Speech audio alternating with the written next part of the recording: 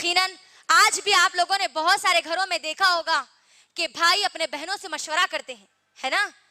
کوئی بھی اگر معاملہ ہو جائے تو بھائی کیا کہتے ہیں کہ ہم ہماری بہنوں سے مشورہ کر کے بتائیں گے.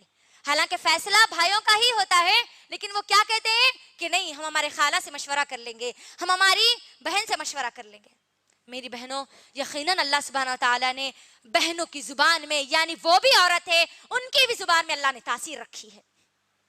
شیماء سعدیہ رضی اللہ تعالیٰ عنہ کون ہے یہ؟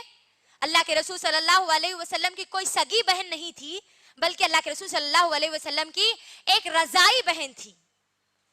حلیمہ سعدیہ رضی اللہ تعالیٰ عنہ کی، حلیمہ سعدیہ ان کی جو دودھ رضائی ماں جو تھی، ہے نا، ان کی بیٹی یہ ہماری شیماء رضی اللہ تعالیٰ عنہ، شیماء سعدیہ رضی اللہ تعالیٰ عنہ، یہ ایک غزوے میں یہ قیدی بن کر نبی کریم صلی اللہ علیہ وسلم کے پاس پیش کی جاتی ہے. اللہ کے رسول صلی اللہ علیہ وسلم اپنی رضائی بہن شیماء سعدیہ رضی اللہ تعالیٰ عنہ کو دیکھ کر پہچان لیتے ہیں. اللہ اکبر! بہنوں کی محبت کا اندازہ لگائیے. اللہ کے نبی صلی اللہ علیہ وسلم اپنی چادر کو کھولتے ہیں، نکالتے ہیں اور بچھا دیتے ہیں. اللہ اکبر!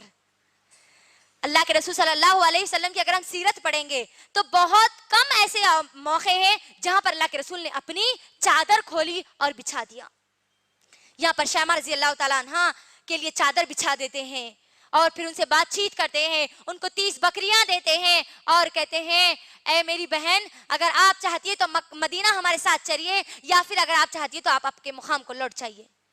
شیماء سعدیہ رضی اللہ تعالیٰ عنہ اپنے مقام کو واپس لوٹ جاتی ہے. غور کریے بہن کی محبت کیسی ہوتی ہے.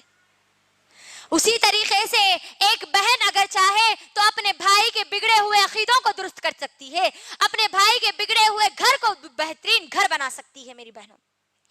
کیونکہ تاریخ میں ایسے کئی واقعات موجود ہیں جس میں بہنوں نے اپنے بھائیوں کو اسلام کی آغوش میں لا لیا. عمر بن خطاب رضی اللہ تعالیٰ عنہ، کون نہیں جانتے عمر بن خطاب رضی اللہ تعالیٰ عنہ کو، ہمارے دوسرے خلیفہ. جب انہوں نے اسلام قبول نہیں کیا تھا، جب ان کو پتا چلا کہ ان کی بہن نے فاطمہ بنت خطاب نے رضی اللہ تعالیٰ عنہ نے اسلام قبول کر لیا ہے، اپنے بہن کے گھر کی طرف جاتے ہیں اور خبر لینے کے لیے نکل پڑتے ہیں.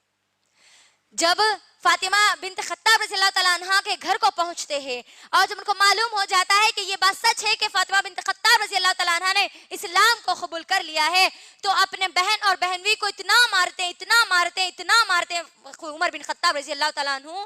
اللہ اکبر! تو یہ فاطمہ بنت خطاب رضی اللہ تعالیٰ عنہ کیا کہتی ہے؟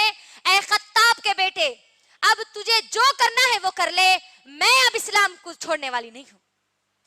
یہ الفاظ عمر بن خطاب رضی اللہ تعالیٰ عنہ کے دل پر ایسا اثر کرتے ہیں. اللہ اکبر! ان کے بہن کے جسم سے نکلتا ہوا خون ان کے دل پر اثر کرتا ہے اور پھر وہ فور اسلام کی آغوش میں آ جاتے ہیں. اور میری ماں اور بہنوں، ایک بہن کی کوشش سے ایک بہترین بہادر سپاہی اسلام کو ملا.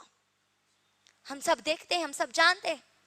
تو مجھے بتائیے، کیا آج ہم بہن ہونے کے ناطے ہمارے بھائیوں کو بیکار اور فضول کی گندگیوں سے نہیں بچا سکتی؟ کیا ہم بہن ہونے کے ناطے ہمارے بھائیوں کے بگڑتے ہوئے ماحول کو درست نہیں کر سکتی؟ اگر ہمارے بھائی بے نمازی ہے تو ایک بہن کی ذمہ داری ہے کہ وہ اپنے بھائی کو نماز کے لیے بھیجیں.